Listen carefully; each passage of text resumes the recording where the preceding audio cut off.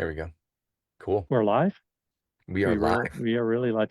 Hey, that shirt you're wearing, that famous Codify shirt, Dave, is from what was that, Las Vegas, and we had a little special Codify event. Yeah. Yeah, I'm repping the cool murder mystery codified shirt that we all got in Vegas. Yeah. That's the second time. This is the second time in 2 days that I've seen that shirt. Danielle Bagnella, super Oh. AAPC member, had that on on her Facebook pic. Oh, that's cool. Nice. Yeah, So it's even on social media. Well, now it's going to be even more on social boom, media. Get these boom. shirts, limited quantity. I actually don't know if there's any left, to be honest. So very limited quantity. That's right. But maybe I'll send mine to Alex and he'll sign it with his name and he can mail it to you if you win some sort of sweepstakes at I the end can of put on some lipstick and kiss it, it. or maybe spray some CK1 on it. Yeah. Ooh, CK1. Oh, I missed that. Drakkar. Do you remember Drakkar? Oh yeah, yeah, yeah. Curved. Well, All those what was old. yours? I liked What was Curve. your? Okay. Yeah, Curve. It was a little bit sweeter smell. What, what was that your go-to though? The CK1? I think I did both. The first two we talked, CK1 and Tricar. Oh, okay, yeah. You know, Drakkar was my first one. That little black bottle. I felt so yeah. cool. I was like, just Maybe put it on your. our members, if you're watching, what one did you like your teenage hunk when you were in high school to wear?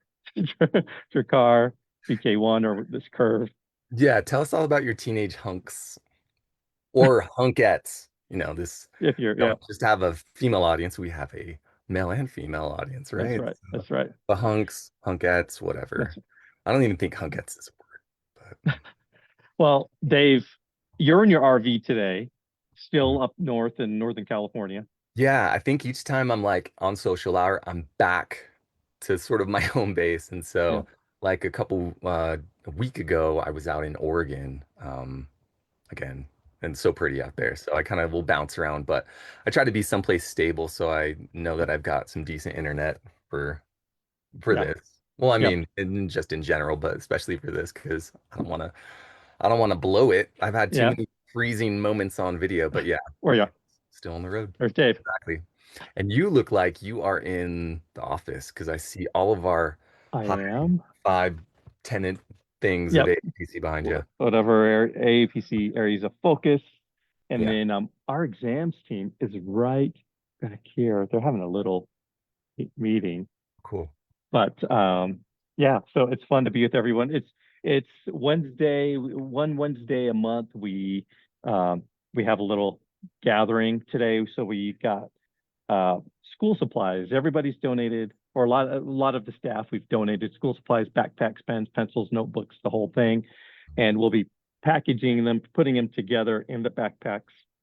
We did this last year as well, and then they go to help local school districts who have Mhm. kids in need who don't have school supplies. So I think that's a pretty cool thing. That's really cool.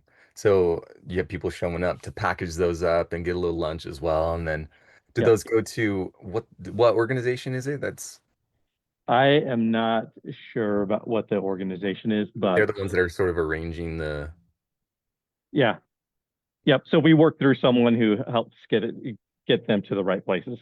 oh, that's Yep. cool. So it's an Yeah. awesome thing. I love that we try to have a service project of some sort every couple months. It seems like the last one we cleaned up at the International Gardens in Salt Lake City, and this helped clean the trail, and Oh, so tons of staff were out there picking up garbage. And yeah, we've done. You've probably seen, or our members have probably seen online on the photos that we've done all kinds of things. So yeah, there's a lot. And you're always there at the front of it because you're our social media face. So you're like, all right, hey everybody, we're doing this. Hey, we're doing that. And there is a lot. It seems like often you're, it's fun. It's fun. yeah, we've got a lot of I service. try not to show my picture because everybody gets enough of me here. But I love showing off our staff and all the good things that everyone's doing. Yeah, that's so cool. But Cool. Yeah, I Dave, wish I was a little bit closer to be able to do a lot of that stuff. I love to serve. That's part of the reason that I'm actually up here is it's what got me up here is just serving people and the community, right? yep, So I that's love so that. yeah. Hey, we've talked a lot about what's coming up, which is San Diego. We finally, I'll get to see you again. I think it'll be the first time that I've seen you since Orlando in person. Yeah. So that'll be a lot of fun. What that's like 3, 4 weeks I away. know. Yeah, it's coming up pretty quick. And luckily I don't have to fly. I'm actually really excited to to not have to lug things through the airport and all that. I just get to Are you drive driving? straight down. Yeah. I'm just gonna That's a drive. big drive, though. Yeah, it is still a long drive. You'd think that like it's still in California. I'm just in the northern part, but I think it's like a 12-hour drive to get down to San Diego for me. So Wow. yeah, it'll be good Okay. though. I'm excited to see everyone and interact. And it's going to be really cool because, as you know, Alex, it's a combined AuditCon, or sorry, regional, HealthCon regional, and then AuditCon right after. And so it's going to be a week long, similar to the length of a HealthCon, but with two different events, but smaller events. And so, yeah, I think it's going to be a lot of fun. I'm Yeah. really looking forward to it. And the warmer weather too. It's starting to get a little bit chilly where I'm at. So Oh, I bet. San Diego will I be bet. Yep. So we're looking forward to that. And I was actually talking with Sophia, who runs our events. I was speaking with her the other day. I think it was her. Oh, maybe it was Jessica Kenworthy on the marketing team who manages the conference marketing. But she said that I think regional is getting pretty close to filling up. This is not some tactic to try to create urgency if you're not. great urgency. Yeah, but legitimately, I love it because, and I think many of our members prefer the smaller conference because it's more intimate. You could probably get around and talk to and network with more people more easily. Yeah. But so yeah, so it's kind of fun. So if you haven't registered, we'd love to hang out with you, Dave and I. Yeah, I want to get more be less behind the scenes and more just kind of interacting with members on one-on-one basis. So, yeah, so if you see me and you're wanting to talk to a member, pull me in. I'd love to just be more a part of that. For And if sure. you guys are there and you see us, come talk to us. We're very approachable, especially Alex. He accepts all hugs. You don't even have to ask first. You can just walk up, just give him a big old hug, and then say, "You're great." All right. We have a show. We Uh-oh. actually have some guests Uh-oh. today. We do. We do. We do. Well, we're going to start out with Melissa Hardy. She is featured in our magazine. She has an awesome story, and we're going to have her share it a little bit. And then after Melissa, at the bottom of the hour, we've got another awesome group of National Advisory Board members. And this is the final edition of our series that talks about apprenticeship and finding your first job and all of those things. And maybe we'll kickstart something like that again. But for now, this is the final of that series. And we're going to actually be talking about positions that coders who are not certified, that a position they might be in or have had that might help get that A off right out of the gate. So you don't even have to worry about having that apprenticeship status at all. So I think there's probably a lot of coders who have that and don't even realize that they have an option or are qualified to have their A off right out of the gate. Yeah. Yeah, it'll be cool to brainstorm more of these ideas and yeah, a big group of people that are looking to get that A removed. So And here comes Melissa Hardy, sweet. uh, CPC, COSC, and oh, let's see here. I think I let the wrong person. Oh, Uh, nope, there she is. yeah, Melissa she just has to turn on her video and unmute if she can get to those controls. Melissa Hardy. Joining us from her phone. She was having some computer issues, so um There Are we she is. there? it's good. Yep. Yeah. And Yeah. Melissa, can we have you flip your phone again? Yeah. This is Oh, what happens perfect. with your computer updates. Yeah, Beautiful. How are you guys? great. So So good. good. Yeah. Yeah, we are thrilled to have you on. I was super excited that it's not my mom and Dave's mom that watches Social Hour, but you also watch it too when you can. Thank you. So you have three. That's awesome. That's great. Yes, yes, yes.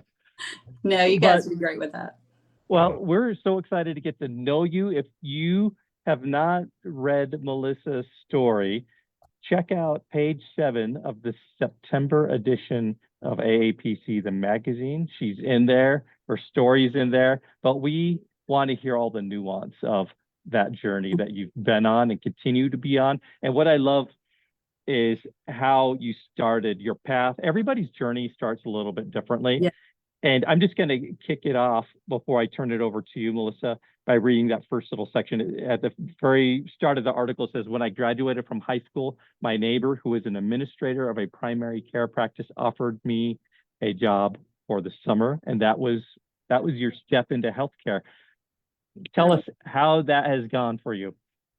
That was the introduction to healthcare. I went to work for a small primary care practice. And the first week I was there, I knew I wanted to do something in healthcare. Didn't know what, just out of high school, but I knew I wanted it to be in healthcare. My sister is a nurse, did not want to go to that area. So I knew it would be somewhere in finance. I started off, like you said, everybody's journey is different. I started off doing pulling secondary EOBs and attaching them to HCFAs. So that's dating me a little bit. Of course, now they electronically do that, but there was a time when you actually had to do that. But I think that experience, every job that I've had has led a little more into what I do now. I started out there. I stayed there for this summer. It was a summer job. I moved on to I moved to Virginia Beach. I went to a large central billing office. I got a lot of experience there doing claims, follow-up. Let's see what else. I did revenue cycle there. Were you certified at all at that time? I was not. Okay. I was not certified. I was an assistant manager there for years. I took that experience and then I got certified in 2016. 2016, I did my CPC, and that was I think everybody should start there. That's your basic. Went to I landed a general surgery coder job from that. So I don't think I would have got the position had I not had the CPC. And then I started, 2020, I did my COSC, which is the Certified Orthopedic Coder, Surgery Coder. That was recommended by my employer. Okay. And I think now most employers are going to that. They want you to have that certification, but they also want you to have that specialty. And, that's good to have. This past year, I went ahead and did the AI. I don't think that's going away through AAPC. Did the medical coding and billing portion of that. I learned a lot from that. I would definitely recommend that. Melissa, for anyone. Backing up a little bit, how did you know that this was the path for you? So you have this summer job that just kind of fell on your lap and you obviously enjoyed it, but how did you know that was for you? And how did you, in time, you learned that you could love or that you would love medical coding enough to make it your career? Tell us about those feelings and experiences. That journey was, like you said, landed right in my lap. A lot of people don't have that opportunity. When I started working in healthcare, I knew that I wanted to do that. I like the numbers. I like the, just getting to know all the different aspects of billing. I was in billing for about 25 years. That made my coding job everything. It was cohesive to exactly what I did. You learn your modifiers, your diagnosis. The first job that I got, I actually only did diagnosing in HCPC codes. So that was through interventional radiology. The doctor assigned the codes. The next job, when I had my CPC, I was able to assign those procedure codes as well. But I just enjoyed it. I enjoyed going to work. I knew that's what I wanted to do. I knew that job wasn't going to last forever. And that was cool because I wanted to move to the beach to bigger and better things. But and you did do that? You're by the beach? I did. Yeah. I live in Norfolk. I was in Virginia Beach for about 20 years. So I this orthopedic job that I have such a awesome coworker. She was certified at the same time I was. I think that's important to have a small, very small community of people you can bounce things off of. You know, you have your Codify you can go to and pull up articles and everything that applies to your job, but you need somebody to really bounce things off of. If you don't have that, it makes it a lot harder. So you can do coding audits. We were part of a team that met once a month, and we would each bring 5 op notes, and we would code each other's notes and say, why did you do it this way? Or what would be better for reimbursement? You know, what would be a better way to do it? And you have all these different scenarios, but you're still working together and you know, keeping compliance, you know, but yeah, it's a lot of fun, and keep your circle positive. You know, I do see sometimes comments on social media, oh, you know, AI is going to take over your job and you shouldn't do this. I think it's going to enhance our job. I don't think our jobs are going anywhere, but I think that AI is very important to get that and know it, the verbiage, the everything. I think it'll make it better. It's going to enhance it, not slow it down. Yeah. So you mentioned, so you have a coworker that you can bounce ideas off of that was already certified when you joined. Is that what you're saying? We were certified together at the same Oh, time. together. Cool. Yep, we started certified. And was that the COSC? Sorry. Was that the Yeah, we COSC started orthopedic coding at the same time, and we're okay, got it. we had our CPCs, and then our employer requested that we get our orthopedic, our specialty certification. Cool.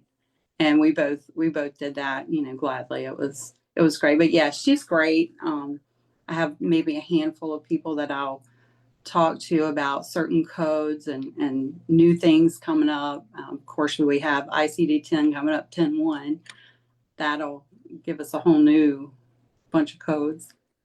Oh, I didn't know the date. It's October 1st. Mm-hmm. Is that normally October 1st? Like for ICD-10. Oh, okay. And then your CPTs will start over January. We usually start gearing up for that around December. We usually go to the same one every year.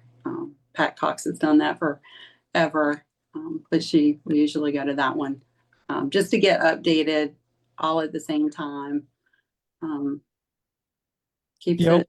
What I love, Melissa, I love that it's like a coder who is all in. They live and breathe this, or because there's constant updates and always something to learn. But you and your friends, coding friends, hang out and share different scenarios. Yes, I think that's very important. And we celebrate National Coders Day every year. Not a lot of people know that's an actual holiday. It is.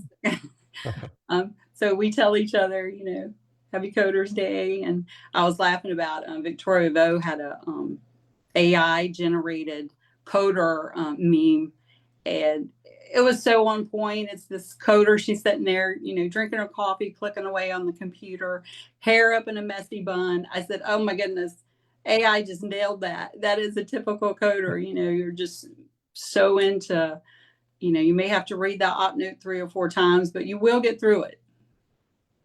Yep. Well, and it's interesting you bring up AI, and you first talked about the free AI course that AAPC offers. So if you're a member of AAPC, check that out. If you're in the AAPC Facebook group, just ask in there and we can get you a link.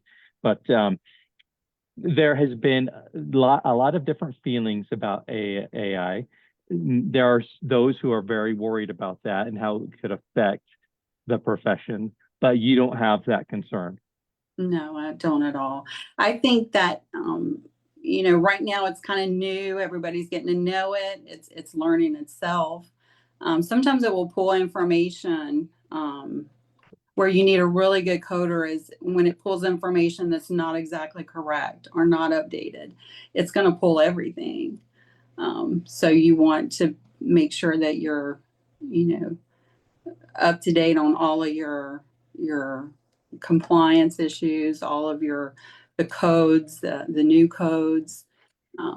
That's where that comes into play. Keeping certified and just keep learning your CEUs through AAPC. Everything we do through that. We use Codify and ChatGPT daily. I don't think it's going to hurt us at all. I think it's going to enhance it, especially with doctors as well, giving them some type of help with things. But I do not. I don't see it taking out a lot of jobs at all. No. Yeah. Dave, Yeah. do you see anything in the Cool. comments or? Yeah, well, I had asked some people in the comments, it's unrelated to AI. Well, not really, because it's probably going to be in this, but just asking who's going to be in San Diego for regional and audit con. Crystal Owen Tompkins is speaking there and she's excited about it. Also, yeah, Amy from the NAB is going to be there. So Okay. I'm guaranteed there's probably going to be more AI discussion. I mean, it's a hot topic and it's learning how to use these tools in the most efficient ways. Because really, Yeah. like, if we're smart and we can work with it, it's not going to replace us. Like, it's Mm-mm. not, it really won't. So, I agree. You're going to learn with the AAPC course. It teaches you key points of interest. It teaches you return on investments. You get all this acronyms that you learn, what it's talking about, but also what it can do to enhance your job. When we get all these updates, it's important to know where to go find the answer if you need to. Not that we have all the answers or know all the answers. It's going to remember everything. We can't, we can't humanly do that, but we can know exactly where to go look for it, which is yeah, part of your exam faster. questions too. Yeah. That CPC exam, you're going to need to know where to go look for the answer if you don't know it, what book to look in, and all that good stuff. Yeah, I know industry tools like AAPC's Codify, which Dave's got the shirt on for. There's been a new enhancement that includes some AI, which helps coders be a little quicker. But you mentioned ChatGPT. How do you use ChatGPT in the coding world? If you are in an op note, maybe you're like, where is he at and what part of the body? You can just type it in there and it'll show you a diagram of it. Words, if you're unfamiliar or if maybe you think that there's verbiage you haven't seen exactly like that yet, you can look that up. I think it's a good visual, showing pictures, and it'll talk about like your shoulder, what muscles, where he could be at in repairing. That can change the whole code. So, but you want to make sure that it's correct as well. Like right now, I said it pulls from everything, so you don't want to give them anything they really didn't repair. Yeah. So, but I think it's a great tool. I really do. Okay. Yeah, and especially the AAPC, the AI search tool. I definitely use that as well. Awesome. Well, you've been in this space for 20 years, more or less, right? Mm-hmm. And the challenges of passing the exam. Let's talk about students real quick. Like, Okay. What kind of advice would you give to students as far as how to approach their studying? Do you have any tips or advice for any students watching? There are courses. You can start up a study group, which is great. Of if you know a coder or someone that could mentor you, as well as help you study, kind of get the exam booklet that'll have test questions. You can go online and do that as well. You can do that through AAPC as well. You can and get the study guide. that's going to help you a lot. The important thing is your parenthetical notes are really important to know. Under each section of codes, there's notes about what you should and shouldn't code together. That's important. Studying for the exam, it takes a while. It's not going to be a quick study. It's a long exam. It's 5 hours. It's brutal. It can be, but it's worth it. It's so worth it when you get that certification. And not everybody starts off as a coder, and don't expect that. If you don't get in that position right away, start somewhere. Demographics, you're going to learn carriers, you're going to learn payment postings, who the carriers comply with, and all that goes into that. Just start small. I would say give yourself several months to get ready for that exam. Don't jump right into it. If you don't pass it the first time, try again. Some people run out of time. That's a big thing I hear. If you don't know a question, keep it moving. You've got about 1.5 minutes to answer each question, maybe a little longer. I don't know if they've changed the time since I took it, but 4 hours now. Yeah, so it's a lot. It's fewer questions. So we're down to 100 questions in 4 hours. Okay. So it's a little bit different, but it doesn't change that it's a tough exam. It's tough, but you can do it. And Yep. and I would not, keep your circle positive. Stay around people that are able to help you and keep you moving in the right direction. Don't get discouraged. If you don't pass it, take it again. Know what you did. You get the results, and you can go through and say, I ran out of time, or I just didn't know this section. Maybe I need to study up on anesthesia, or something like that. Awesome. But it's a tough one, but you can do it. Good advice. I like what you said about keeping your circle positive, right? Those that are close to you, like surround yourself by people who are going to help you get to where you want to go. Exactly. Yeah, that's really Exactly. wise, just in life in general, Yeah, right. positive. Yeah, that helps a lot. It does. And if you have, 4 or 5 people that you can always turn to for questions, that helps a lot too.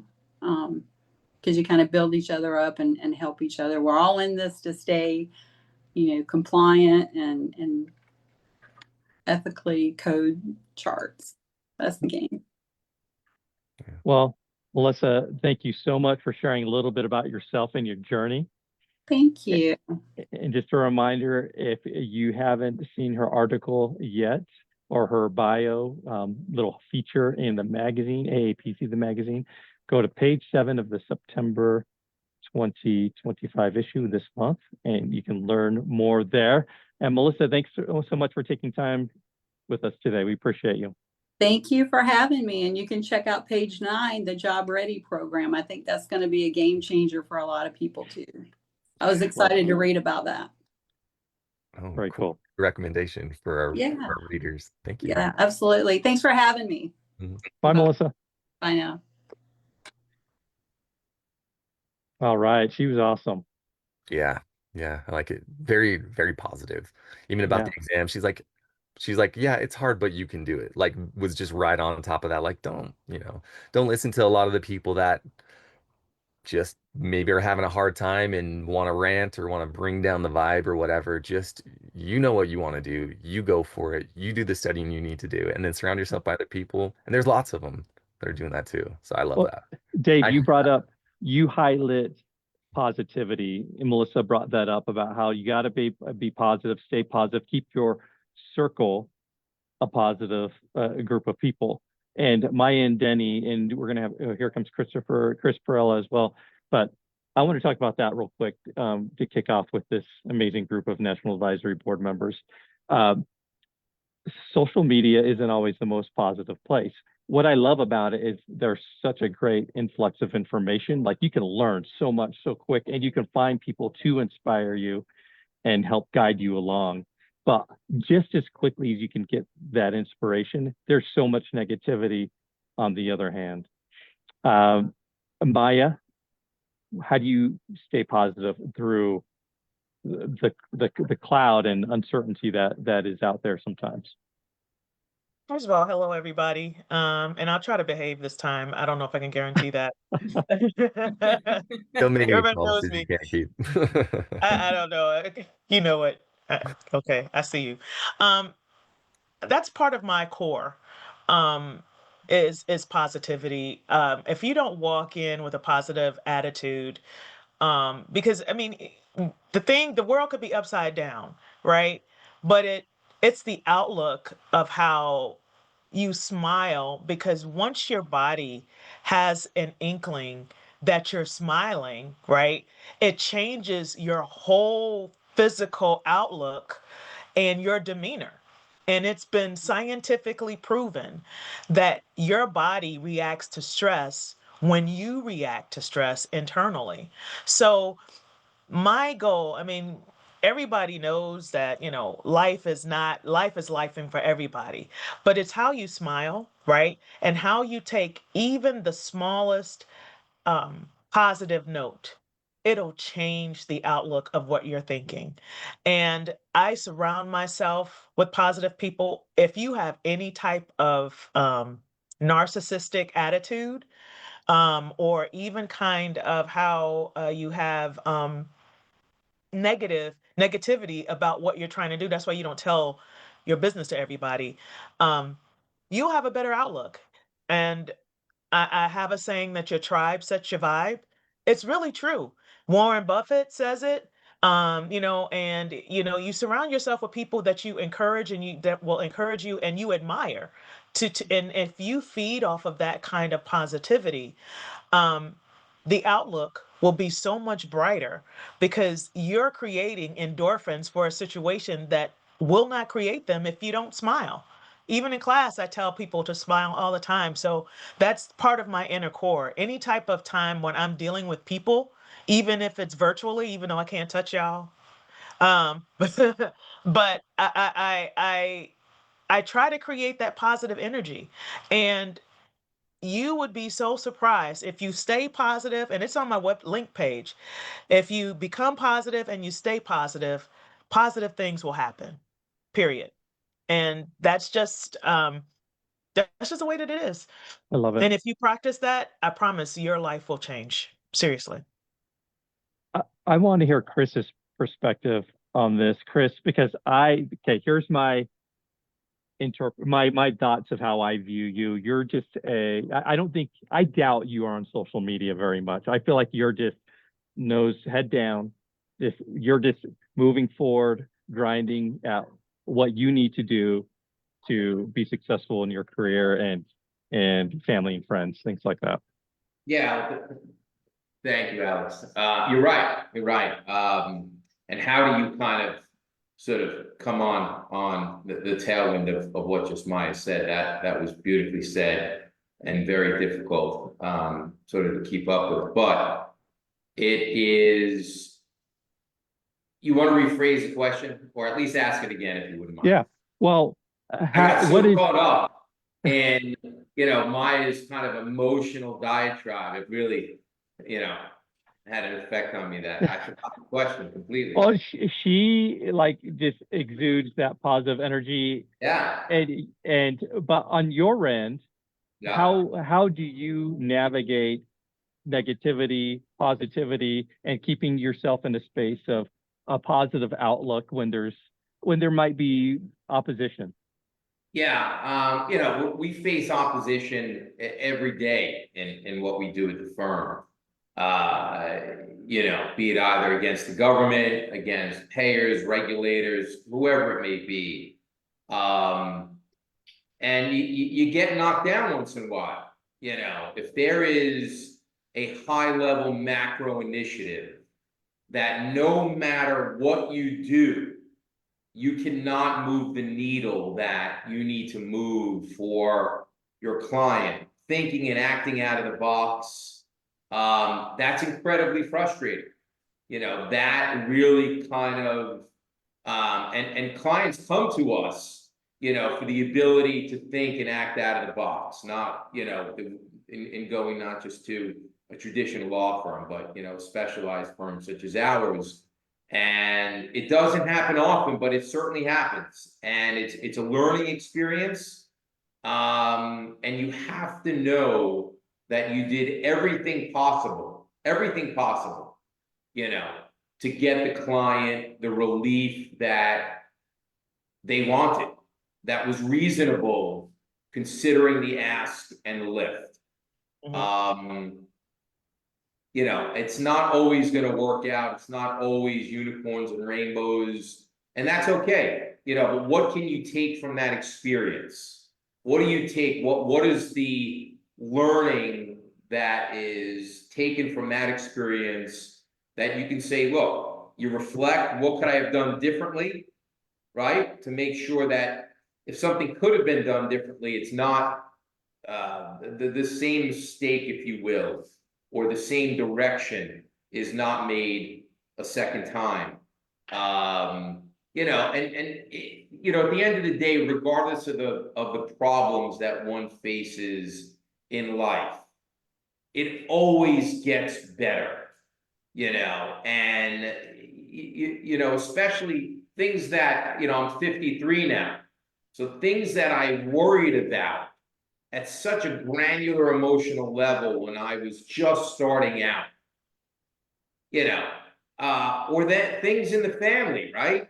I come from a big, crazy Italian family, things that might have affected me at 23, at Chris's 23 self, as opposed to how I deal with things both professionally and personally at 53, are much different. But regardless of the age, and that only comes from experience and wisdom, and people on this Zoom understand that to some degree, because we've all experienced it. It always gets better. Yeah. So I love that. Just perspective. You have that perspective now, and how much, you think, man, if I had this perspective when I was younger, life would have been a little bit easier, right? Wow. Yeah. It should allow us When to you're cut younger, ourselves some slack too, right? Be yeah, like, I hey, mean, I'll get I, there. I just wanted to Yeah. say, when you're younger and when you're starting out, you want to own the world's problems. But then when you find out that you can't own the world's problems, you have to learn that, that's not my realm. I have to stick with what I know I can do, what I know I have control of, right? And be able to have a positive outlook with what you can have something to do with. Because again, you don't have the answer to everything, but if you own the world's problems, you're going to think you do, and you're going to stress you out because you can't address everybody's problems because they're not unique to you. So Yeah. at least that's my take. There's one other thing that I want to add. Obviously, the interns and students and what it is that we're doing here with some of these groups Mm-hmm. within the NAB, they're extremely hardworking. A lot of them very, very good, and it's so important for them to know that they're good and to ask for things that they want. Give me a shot at this. Give me 5 records, right? Mm-hmm. Anonymize them. Give me 5 of them. Let me show you how I can code this. Or Right. let me show how I can write this audit report for you. Just give me a shot. That's all I'm asking for. And if you don't Absolutely. like it at the end of the day, no hard feelings. But you have Exactly. to be able to ask for what you want for in life. The ask. Very rarely will it just be handed to you. So if you're hardworking, if you're ethical, if you've got true integrity, go for it. Just go for it. Let it rip. You'd be That's the surprised. offering plate. We just went to church. Amen. Hallelujah. I'm feeling it. I Hey, love it. Denny certainly has some thoughts on this. Denny, would you share with us what you're feeling Oh, I'm from not all of just this? a face today. I was enjoying the conversation. It's really good. No, they've got good points. Like, you've got to stay positive through it. So don't surround yourself with negativity. Walk away from it. No is not no, it's just not now.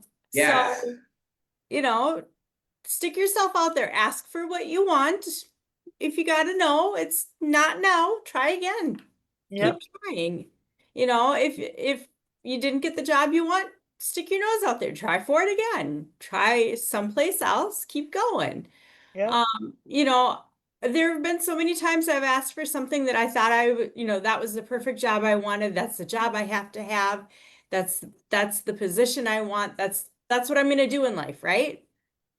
When it came down to it, looking back, I'm like, that was not what I was supposed to be doing.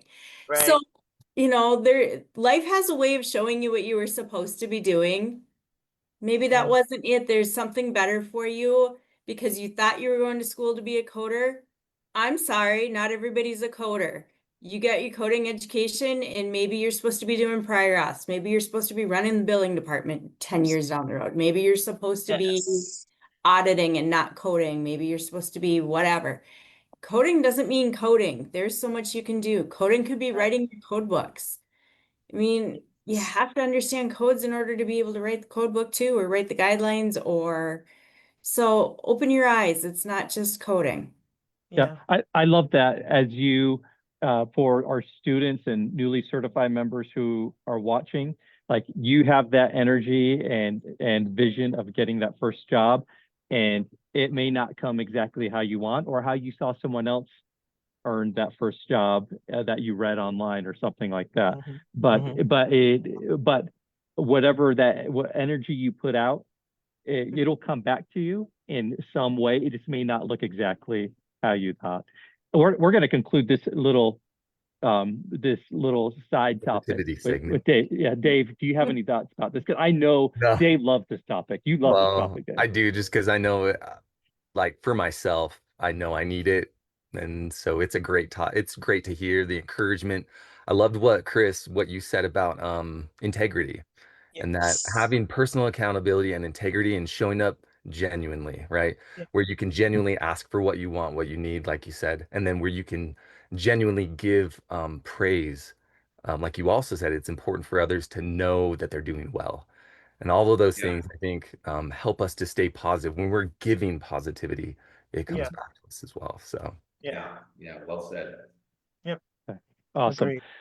All right, we're going to dive into our last topic of our NAB series about removing your apprentice status and getting that first job. And this topic is exam application insights, clarifying the application process and identifying scenarios where a member may already qualify for a full credential, so meaning no apprentice status prior to sitting for the exam. Maya, can you kick this off for us? Sure. And I think one of the things, and we've kind of talked about this throughout the series, and I just like to, for everyone who is out there who has an interest in this topic, we've been talking about this for a little over a month now, and all of the series lives are on our Facebook website, and there's some really like some really good information and before I even get started, I really want to give accolades to Corella Lumpkins, who has been the spearhead of all of this and the reason why we're on this platform to discuss this, because there is a need, and she's been so instrumental and Project Extern and all of this to get this going. So I do have to give her credit where she's due and her roses where she can smell them, so that there is just something that people can do. And if you can, just say thanks, Corella, in the chat. That's all. I just want people to know that she's the one who did this, and they need to know her name, Corella Lumpkins, because she's done a lot. And so, as far as the application, what we need to understand is that AAPC accepts any experience that deals specifically with coding, whether it be ICD-10, CPT, HCPCS, because there are certain jobs that don't deal with everything, every set of code sets, right? Like risk adjustment or DME, right? Or even dental. These are codes that are associated with coding because dental deals with diagnoses. So it deals with ICD-10. So if you look at a dental claim form, because I know dental too, they have the CDT codes, the current dental terminology, as well as the ICD-10 codes for malalignments and things like that, that are dealing with protrusion and ortho and things of that nature. So if you deal with coding in any respect for an employer, at some point, you need to use that as experience for you to not get awarded the A. As Denny said earlier, you can have a letter from your employer to indicate that you've had the 2 years experience. And even if it's pre-auths, right? Even if it's pre-auths, because you're dealing with codes to get pre-authorized to be paid, right? So we have to understand that there is more than one avenue that you could have a hands-on with coding that may not be specific to coding experience. I had one student in my VIL class who worked as a behavioral health coder, but because he felt that he only dealt with one set of codes, it didn't qualify him for coding because he didn't code charts. That's not accurate. That information that's related to what you deal with codes on a regular basis is enough to have an employer write a letter on your behalf for you to not be awarded the A. So again, we're talking about the different avenues of coding. No job is too small. Even if you're verifying insurance benefits for a service that's related to coding for a specific type of diagnoses, that's also related to coding. So we got to take the blinders off and not think because you're not coding from charts that it's not coding. We need to, excuse me, highlight what you are doing as a job and make sure that that letter from your employer solidifies that with the application. Yep, I would be okay to write it for one of my employees that's just doing billing charge review. Because they're having to verify the Absolutely. diagnosis codes against the CPT codes. And that to me would be enough to be able to do it. They're not doing anything from a coding perspective, from reading a note and assigning a code, but they're still using their coding background from a billing perspective. And that would be enough to be able to support it and write the letter to get it Absolutely. removed. So don't look at it as I have to read a note and assign a code. There's so much you can do to be able to get your supervisors to write that letter. Yep. So open your eyes. There's a lot you can use your background for to be able to write those letters. Absolutely. Absolutely. And I'd also like to say too that if you know yourself to want to do that, and hold on, let me backtrack. It's also related to the type of schooling that you've gone to, right? Because a lot of people have gone to medical assistant school, right? And they have to know coding because they have to pre-authorize and they have to know the codes that are associated with their provider. And Denny, you're nodding your head because we all know that that's very true. Because again, when we're dealing with education and medical assistants, they're not just assisting the physician, doing just about everything. And so when you're dealing with codes and you're working with them, pre-authorizations and things of that nature, or working denials because a wrong code was submitted when you pre-authorized it, or looking at why did this ABN get signed because you have to tell the patient, da da da da da, this code, da da da. You're working with that. That is live working. That is streamlined experience. So again, just because you think that you're not working in a coding capacity and you're working in the office, that you're not working as a biller or a coder, it's your direct experience with the codes associated with the revenue cycle, period. And so if you're able to distinguish that with your current employer during the application process and getting that validation from that employer, that also very much so works. Chris, do you have any thoughts? Or have you seen roles that might fit in with this? I think being able to pivot is such an important quality. If you're not right for one thing or a door's not open in one area, being able to pivot and kind of taking a shot at the opportunity, using that breadth of experience that you do have, but also being candid and honest with the employer. That may give you a shot.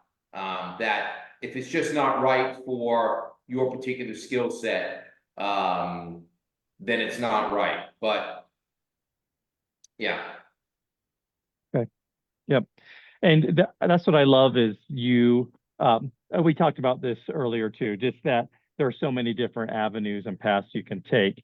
Just because you might be in a role that doesn't feel like coding, and it doesn't mean that it's in vain. It could get you to the point where you can get your CPC-A or the A removed and lead you to a role that may be a better fit.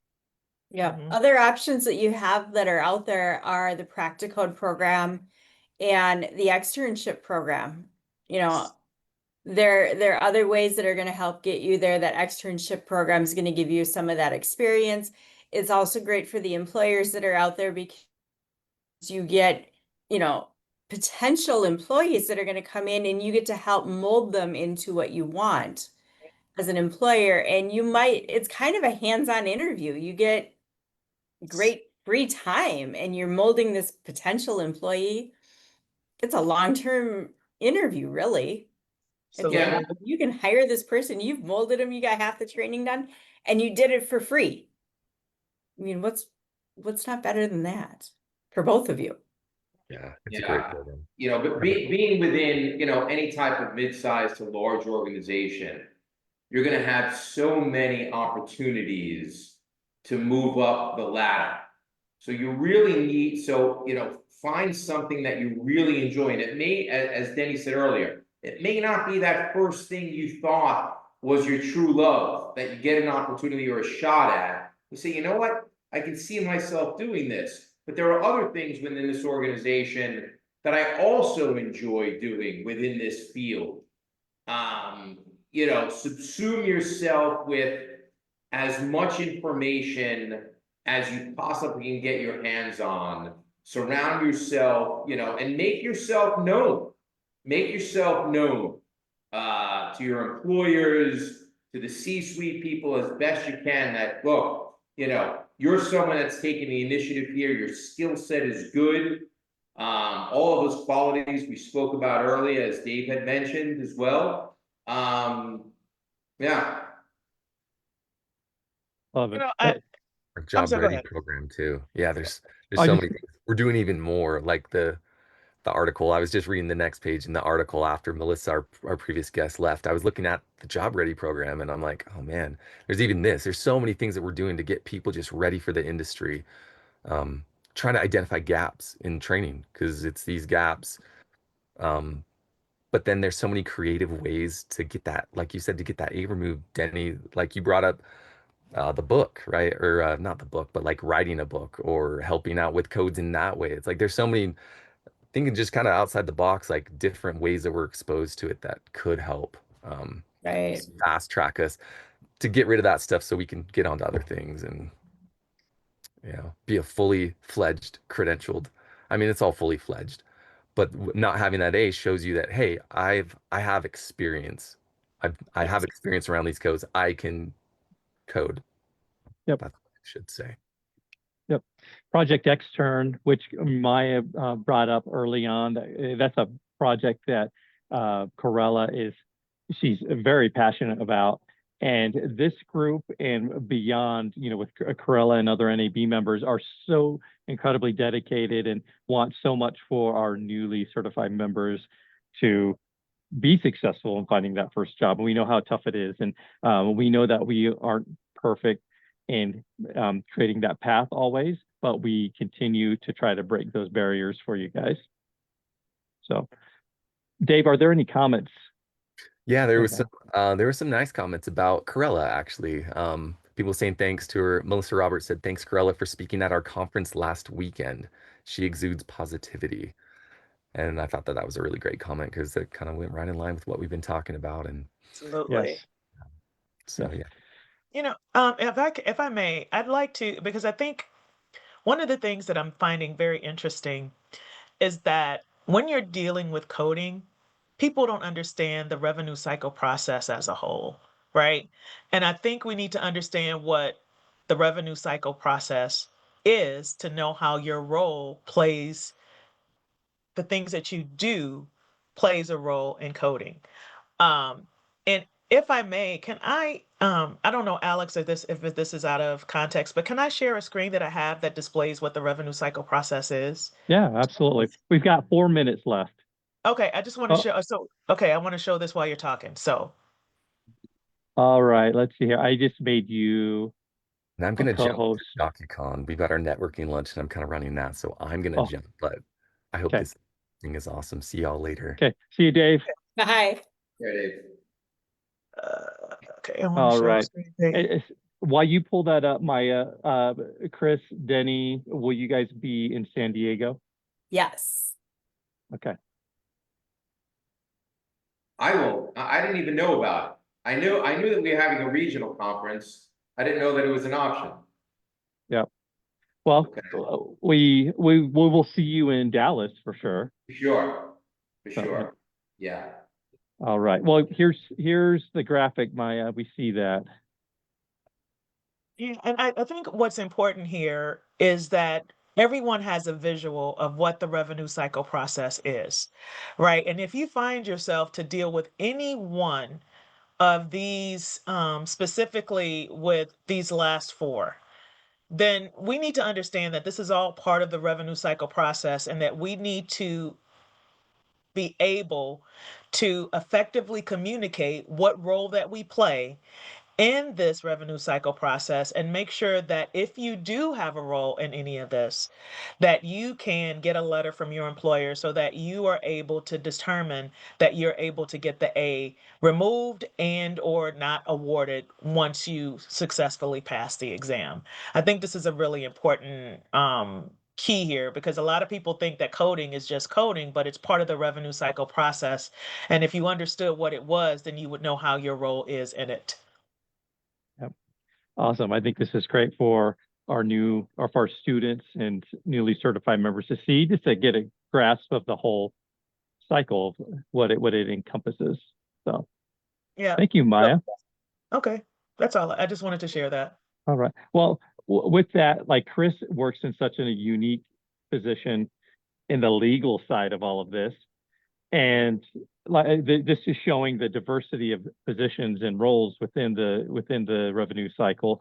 And Chris, your panel, you're often on the legal panel at our HealthCon conference, and Yeah. that is such a hugely popular session.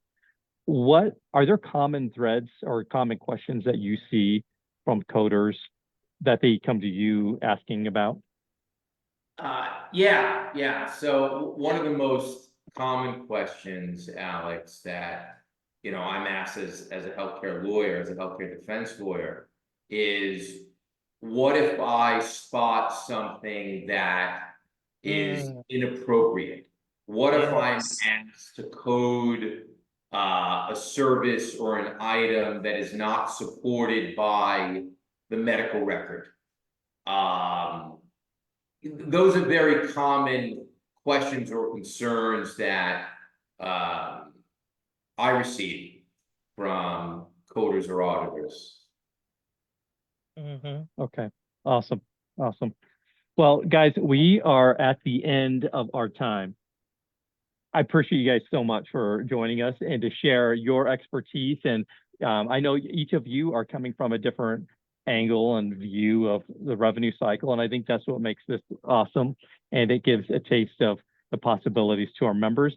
And for those who are watching, who already work in healthcare in any capacity, think about, are you coming close? Are you touching codes at all? And not all code sets, but in any regard, it'd be worth asking the question to yourself, and then maybe even reaching out to AAPC's Apprentice Removal Department to see if that could be a good fit to have your A removed. Just because we want to help you expedite past the apprentice status. So check that out. Thank you, Maya, Denny, and Chris for being with us. And Dave, we're bummed that he had to leave early, but we're in the thick of DocuCon. And then in a few weeks, we have our HealthCon Regional in San Diego, followed by right up against it, AuditCon. So thanks everybody for watching. We'll see you in 2 weeks. We're going to have Ray Marie Jimenez with us, as well as another special guest. And we will see you later. Thanks, Thank you Alex. guys. Thank you. You're welcome. Bye, Chris. Bye-bye. Bye, Denny. Bye, Maya.